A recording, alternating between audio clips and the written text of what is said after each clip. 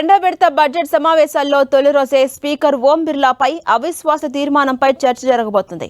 Budget మలి విడత సమావేశాలు అధికార విపక్షాల మధ్య రాజకీయ వేడిని మరింత పెంచబోతున్నాయి. ఇవాల్టి నుంచి ఏప్రిల్ 2 వరకు జరిగే పార్లమెంటు సమావేశాల్లో స్పీకర్ ఓం బిర్లాపై అవిశ్వాస తీర్మానం, బడ్జెట్ చర్చలు, demands for grants, finance bill సహా ఇతర బిల్లులపై చర్చలు ఉండబోతున్నాయి. అయితే ఇవాళ మొదటి రోజే లోక్సభ స్పీకర్ ఓం బిర్లాపై అవిశ్వాస తీర్మానంపై చర్చ, ఓటింగ్ జరగబోతుంది.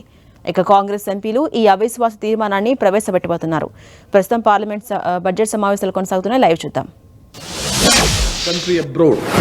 Sri KP Unnikishan passed away on 3rd March 2026 in Kozhikode, Kerala at the age of 89 years.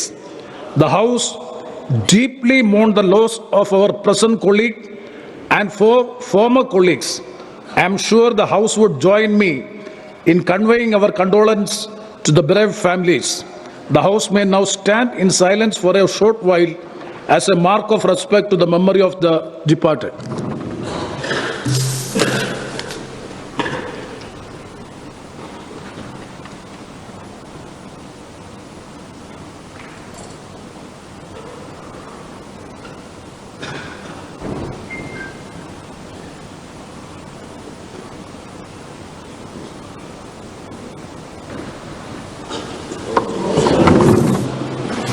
The House stands adjourned to meet at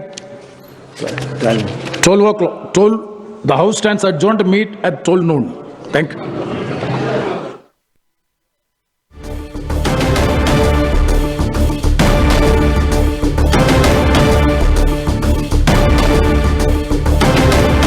ఇక కాంగ్రెస్ ఎంపీలు ఈ అవిశ్వాస తీర్మానాన్ని ప్రవేశపెట్టబోతున్నారు. స్పీకర్ ఓం బిర్లా పక్షపాత ధోరణి చూపిస్తున్నారని, నిష్పక్షపాతంగా వ్యవహరించట్లేదని విపక్ష ఎంపీలు ఆరోపిస్తున్నారు.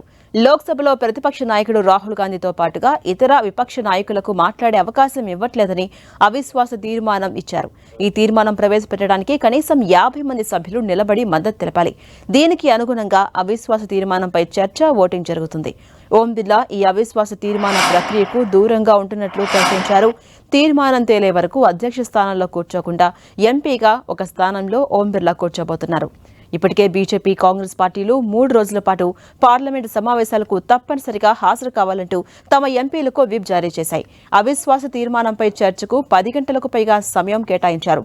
అవిశ్వాస తీర్మానానికి కాంగ్రెస్, డీఎంకే, ఆర్జేడీ, వామపక్షాలు, శివసేన, ఎన్సీపీ, తృణమూల్ కాంగ్రెస్ స్పీకర్పై అవిశ్వాస తీర్మానానికి మద్దతు ఇవ్వబోతున్నాయి.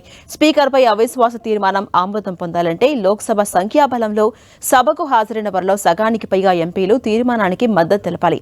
అయితే ప్రస్తుతం ఎన్డీఏకు బలమైన మెజారిటీ ఉండడంతో తీర్మానం ఆమోదం పొందే అవకాశం లేదు. తీర్మానంపై చర్చ సందర్భంగా ఐక్యంగా ముందుకు వెళ్లాలా విపక్ష కూటమి వ్యూహాలు సిద్ధం చేసింది. ఇక స్పీకర్పై అవిశ్వాస తీర్మానం పాస్ కావాలంటే ప్రస్తుతం సభలో ఉన్నటువంటి మొత్తం సభ్యుల్లో 273 మంది మద్దతు అవసరం. ప్రస్తుతం ఇండియా బ్లాక్ మొత్తం బలం సుమారు 234 సీట్లు. విపక్షాలన్నీ ఓటు వేసినా సరే ఎన్డీఏ మెజార్టీని దాటలేవు. దీంతో తీర్మానం వీగిపోయే అవకాశమే ఎక్కువ. మరోవైపు పశ్చిమాసియాలోని కల్లోల పరిస్థితులు, భారత ప్రభుత్వ విధానంపై పార్లమెంటు వేదికగా ప్రశ్నించేందుకు విపక్షాలు రెడీ అవుతున్నాయి. విదేశాంగ మంత్రి ఈ ఇష్యూపై పార్లమెంట్లో స్పష్టమైన ప్రకటన చేయాలని కాంగ్రెస్ డిమాండ్ చేస్తోంది.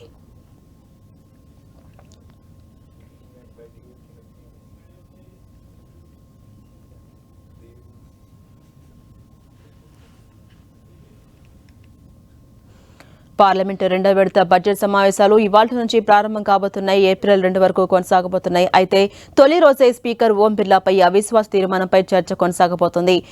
బడ్జెట్ మలి విడత సమావేశాలు అధికార విపక్షాల మధ్య రాజకీయ వేడిని మరింత పెంచబోతున్నాయి. ఇవాల్టి నుంచి ఏప్రిల్ 2 వరకు కూడా ఈ పార్లమెంట్ సమావేశాలు కొనసాగబోతున్నాయి. స్పీకర్ ఓం బిర్లాపై అవిశ్వాస తీర్మానం, బడ్జెట్ చర్చలు, demands for grants, finance bill సహా ఇతర కీలక అంశాలపై చర్చలు ఉండబోతున్నాయి. అయితే ఇవాళ మొదటి రోజే లోక్సభ స్పీకర్ ఓం బిర్లాపై అవిశ్వాస తీర్మానంపై చర్చ, ఓటింగ్ ఉండబోతోంది. అటు కాంగ్రెస్ ఎంపీలు ఈ అవిశ్వాస తీర్మానాన్ని ప్రవేశపెట్టబోతున్నారు. స్పీకర్ ఓం బిర్లా పక్షపాత ధోరణి అవలంబిస్తూ ఉన్నారని, నిష్పక్షపాతంగా వ్యవహరించట్లేదని విపక్ష ఎంపీలంతా కూడా ఆరోపిస్తూ వస్తున్నారు.